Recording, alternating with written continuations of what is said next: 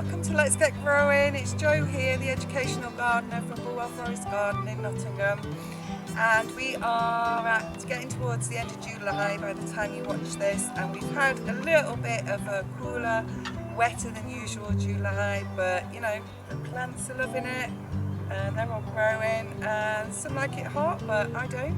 I'm Lancastrian, so I'm quite happy with the conditions at the present. So let's get busy, let's get cracking, let's get growing.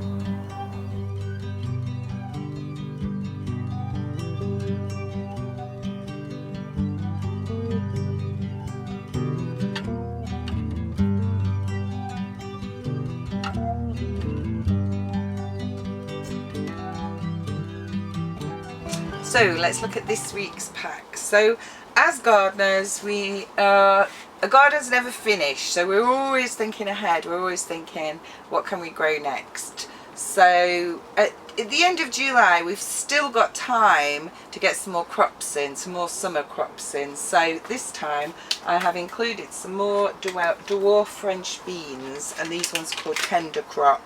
Now I know we did do a few, but most of mine actually got eaten by slugs. I think one or two have survived, but yeah, we've still got time for another crop now. And you can also be sowing things like courgettes, you can have a second crop of, and carrots, lettuce, radish. There's plenty of things you can still be sowing, things that grow quickly, because conditions are ideal at the moment. So what I'm going to do with these, because I'm going to put them into containers, is I'm going to put my seeds into toilet roll tubes. So I've filled them up with compost. I've got my toilet roll tubes in a mushroom punnet, which has got a fruit punnet, which has got holes underneath already.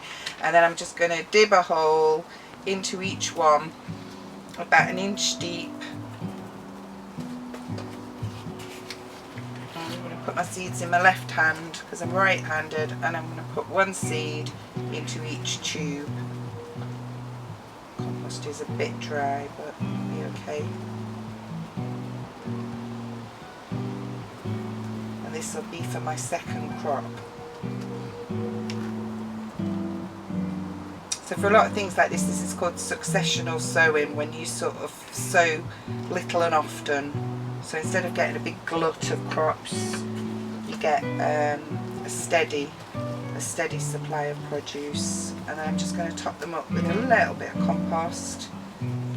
Put my label on, then water them with a fine rose, and they should come up quite quickly, hopefully.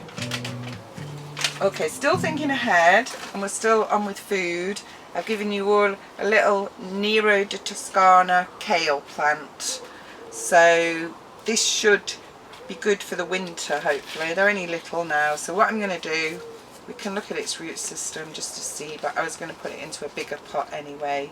So it's not desperate, but it has filled its pot here. I can see some roots, and it will do better when I put it in a bigger pot. So I've got the next size up, and I'm going to fill it about 1/3 full. I'm not going to disturb my plant.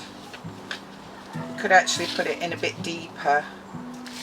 Any brassicas like to be planted quite deeply and quite firmly. So once I've got my compost in, I'll give it a good firm down. I'll bob my label back in and give it a water. And then finally, we're thinking about plants for next year.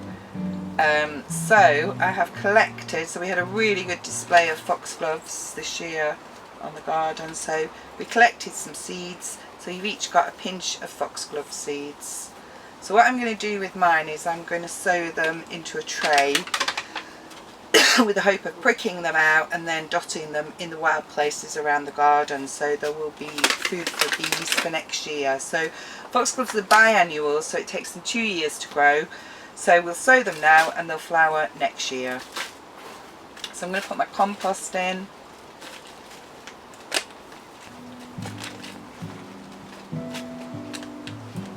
And then I'll just scatter. Now these seeds are tiny, tiny. That's probably too many for in here, really.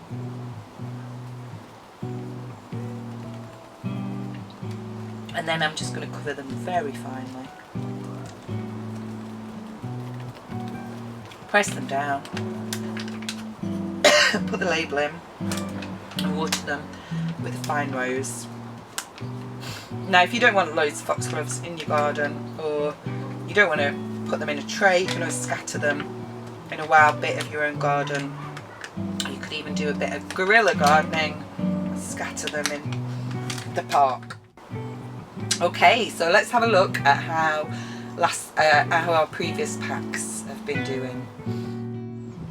And so, looking at some of our plants from previous packs, look at the calendula, isn't that amazing, all flowering, and I'm really happy with the wildflowers. There's a wild carrot in there, there's clover, and there's all sorts of, that's done really well in my pot of wildflowers, so that's good. And then I was going to have a look at my spring onions. Oh look, some of these look good. So I think we could harvest. I'm going to harvest a couple of these. So you could just harvest these as and when you want them. So they've done really well in a pot. And then last time we did some pak choi and they've all germinated. So that was 2 weeks ago. So all I'm going to do with these is I was just going to thin them out. So there's not quite as many. So I just take some out and leave a certain number. I can always take a few more out again, and then I'll just get left with a few good plants instead of lots and lots of really small ones. My campions are germinating nicely. Flat leaf parsley is not doing a lot, but it will do.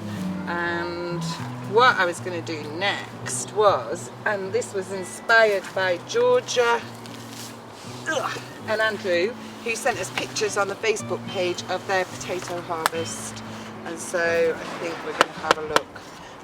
Unfortunately, a nasturtium has grown in here, so I think it's going to be hard to get in here without disturbing. Oh, so look, whoa, it's like looking for treasure.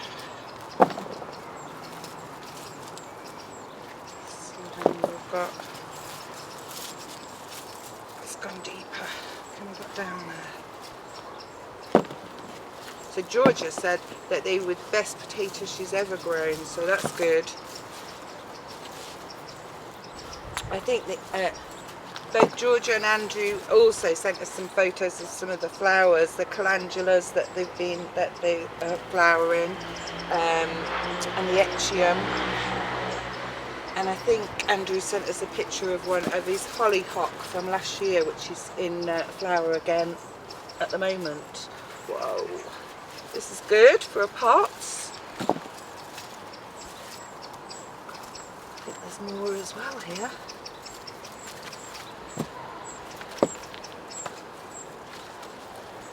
Gone any deeper? I don't think so. Might be able to leave the nasturtium in here without disturbing it. Still a few more. I think that's all of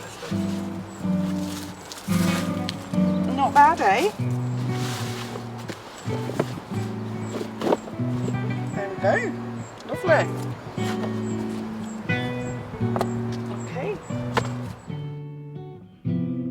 And now is a brilliant time to be saving seeds ready for next year, or if they're biannuals, for sowing now, like foxgloves. So remember our beautiful cornflowers that we grew? Well, there's seeds already now, so I can show you. They're the seeds inside. So look at how many seeds we've got there. That's just from one flower head. So I'd be collecting them up and putting them in an envelope. The other things that I can be collecting is the honesty. So the seeds for the honesty. I could just drop that one. Oh no, they're in there. The seeds for the honesty are inside here. So you've got about 4 in each seed head there. And then the other things we could be collecting are the sweet williams. So they've done their thing, they've flowered. So we can sow these now. So I'd just be knocking the seed heads into an envelope or a container and And then the other thing I can see that's seeded behind here that I could be collecting is, I think it was the kale from last year, and that's its seed pods. So just keep an eye on your plants and get saving and save yourself some money. Yeah. Okay, and I just wanted to end with today's plant of the, with this week's plant of the week, and this time I've chosen humble nasturtium. And not only does it look really pretty and really cheerful, but also you can eat every part of this plant. So you can have the young leaves in salads, a little peppery taste. You can eat the flowers, use them as a garnish. Just check there's no earwigs in there. And even the seeds, it's nice and crunchy and peppery. So this week's plant, nasturtium. Okay, thanks very much for watching and happy growing.